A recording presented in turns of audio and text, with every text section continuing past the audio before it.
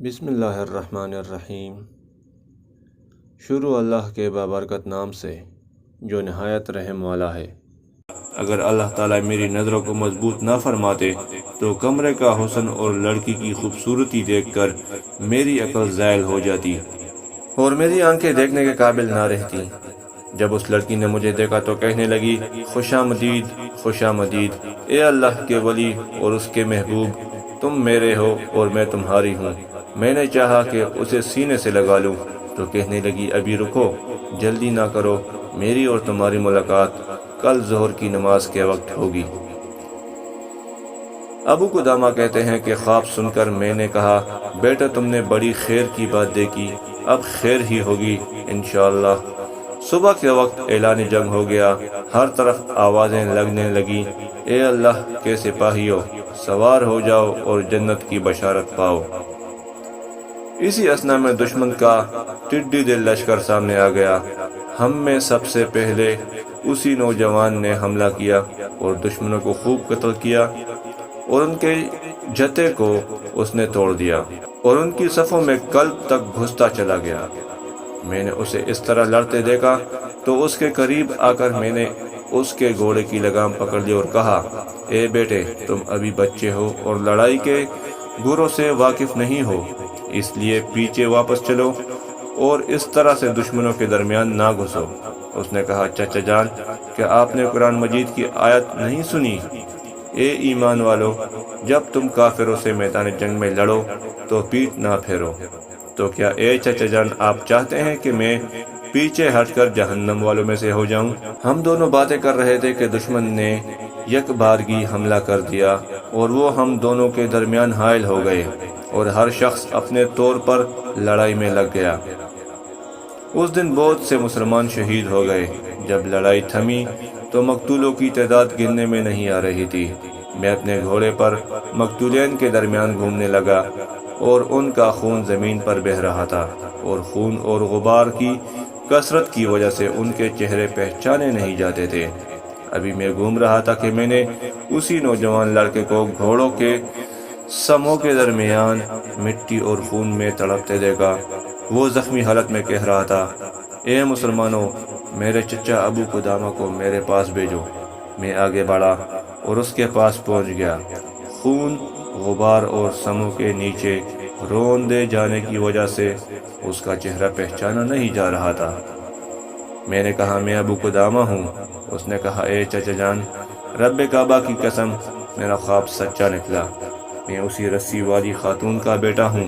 ابو قدامہ کہتے ہیں، میں نے اسے گود میں لے لیا اور اس کی پیشانی کا بوسہ لے کر اس کے چہرے سے خون اور غبار صاف کرنے لگا۔ میں نے کہا، پیارے بیٹے، قیامت کے دن شفاعت کے وقت اپنے چچا ابو قدامہ کو نہ بھول جانا۔ اس نے کہا، آپ جیسوں کو نہیں بلایا جا سکتا، آپ تو اپنے کپڑوں سے میرا چہرہ صاف کر رہے ہیں، حالانکہ میرے کپڑے اس خون اور خاک کے زیادہ مستحق ہیں۔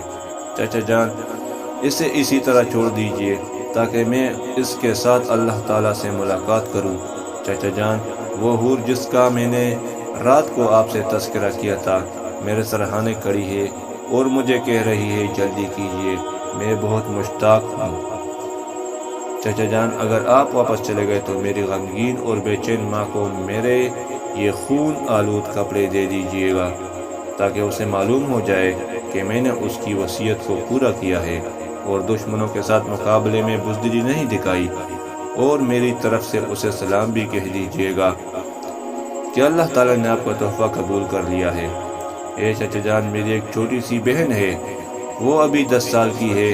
میں جب گھر آتا تھا وہ سلام کر کے میرا استقبال کرتی تھی، اور جب میں گھر سے نکلتا تھا وہی سب سے آخر میں مجھ سے جدا ہوتی تھی۔ ابھی جب میں آ رہا تھا تو اس نے مجھے رخصت کرتے وقت کہا تھا کہ بھائی جان، اللہ تعالیٰ کے واسطے واپس آنے میں زیادہ دیر نہ کرنا۔ جب آپ کی اس سے ملاقات ہو اسے میرا سلام کہیے گا اور کہیے گا کہ تمہارے بھائی نے کہا ہے، اے پیاری بہن، اب قیامت تک اللہ تعالیٰ تمہارا نگہبان ہے۔ پھر وہ مسکرایا اور اس نے کہا، میں گواہی دیتا ہوں کہ اللہ تعالیٰ کے سوا کوئی عبادت کے لائق نہیں، اور میں گواہی دیتا ہوں کہ حضرت محمد صلی اللہ علیہ وسلم اللہ کے بندے اور اس کے رسول ہیں۔ یہ وہ وقت ہے جس کا ہم سے اللہ تعالیٰ اور اس کے رسول صلی اللہ علیہ وسلم نے وعدہ فرمایا ہے، اور اللہ تعالیٰ اور اس کے رسول صلی اللہ علیہ وسلم سچے ہیں۔